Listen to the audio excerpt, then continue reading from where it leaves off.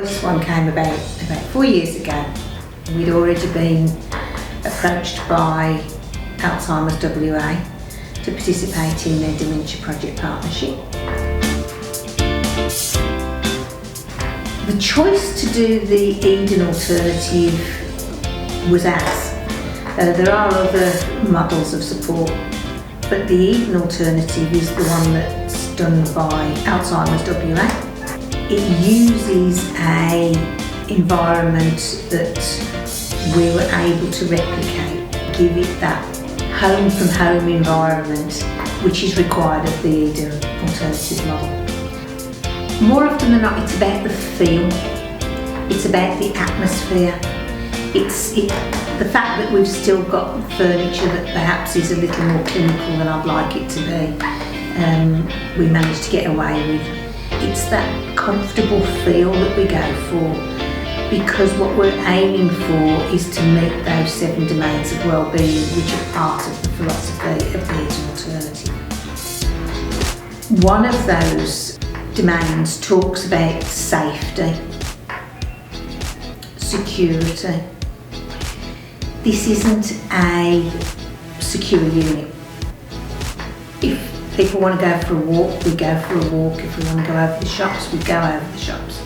What we offer is a safe environment. That's the environment that when you're going home at night and you walk through your front door and you close the door behind you, there's that feeling of being safe. That's why we have so many really great conversations here, is because people feel safe to be able to have those conversations. They may be feeling quite vulnerable or disempowered at home. They will tell us all about that here because they feel safe to be able to do it. Identity. As you age, your identity drifts away. Sometimes it's taken away. Your ability to be able to work in the career that you've always worked in, you've perhaps retired from. For the most part, that is people's identity. It's what they are, what do they do. I'm a mother, I'm a wife, I'm a husband, I'm a father, I'm an uncle. These are all things that people identify with. When people are diagnosed with dementia or they start to get cognitive issues, that identity sometimes drifts away and you become confused. Who am I? What am I? What am I here for? We hope to encourage people to retain their identity.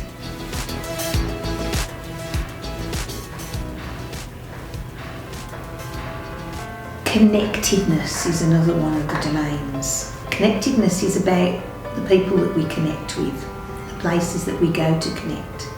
As we get older, we may not be able to drive anymore. We may not see the people that we used to see. Those people sometimes stop coming to see us, and that's because they don't know what to say. It's quite devastating, really. I think very much like people don't know what to say if you're given a cancer diagnosis. They don't know what to talk to you about. The fact is that you're exactly the same person. You may have dementia, but your ability to communicate may not have any issues for quite some time. And so people stop coming to see you, they stop connecting with you, and that leads to loneliness. And that's what kills people, is isolation and loneliness. West Swan goes some way to bringing about connectedness to people that they may never have met otherwise. It's a club. It's belonging, and everybody needs to belong. It must be a very lonely thing when your family and that stop coming because they don't know what to say to you.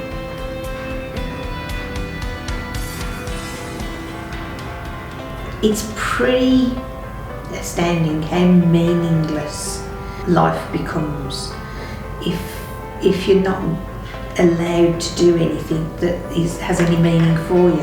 It's almost embarrassing. In the past, we take it for granted that because people are perhaps losing their mobility and their ability to mobilise and that they tend to do these very arty, crafty sort of things, and quite honestly not everybody's arty, crafty. And so giving people meaningful activities, meaningful recreational things to do, it just brightens everybody up. People love singing. It lightens your mood. It lightens everybody's mood. We do a bit of cooking every now and again. What's more meaningful than cooking up something that you're actually going to eat? That gives it meaning. We have some highly competitive people here. They love playing cards and dominoes and other board games.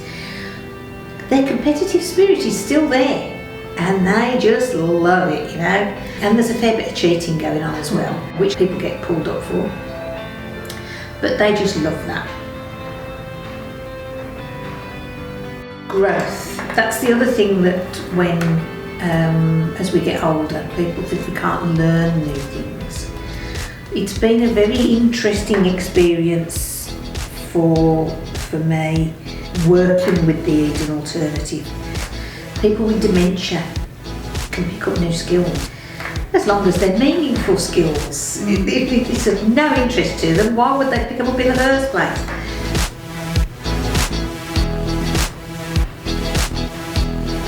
Having the choice to be able to do things, it's amazing how quickly people will take your choice away. They will disempower you with all due, good intent, because they're trying to look after you. But in actual fact, it's actually reducing your ability to make those decisions, make those life choices that have always been yours. And go along with identity, I'm able to make those choices, but other people are perhaps not allowing me to. It happens very quickly. Personally, I'm just in my slight early 60s, but already I can see how easy my children fall into that already, and I'm working. I've got my identity, I've got my independence, but already my adult children will start to almost make decisions for me based on the fact that, Mum needs a bit of help. Mum doesn't need any help, they just think she needs help.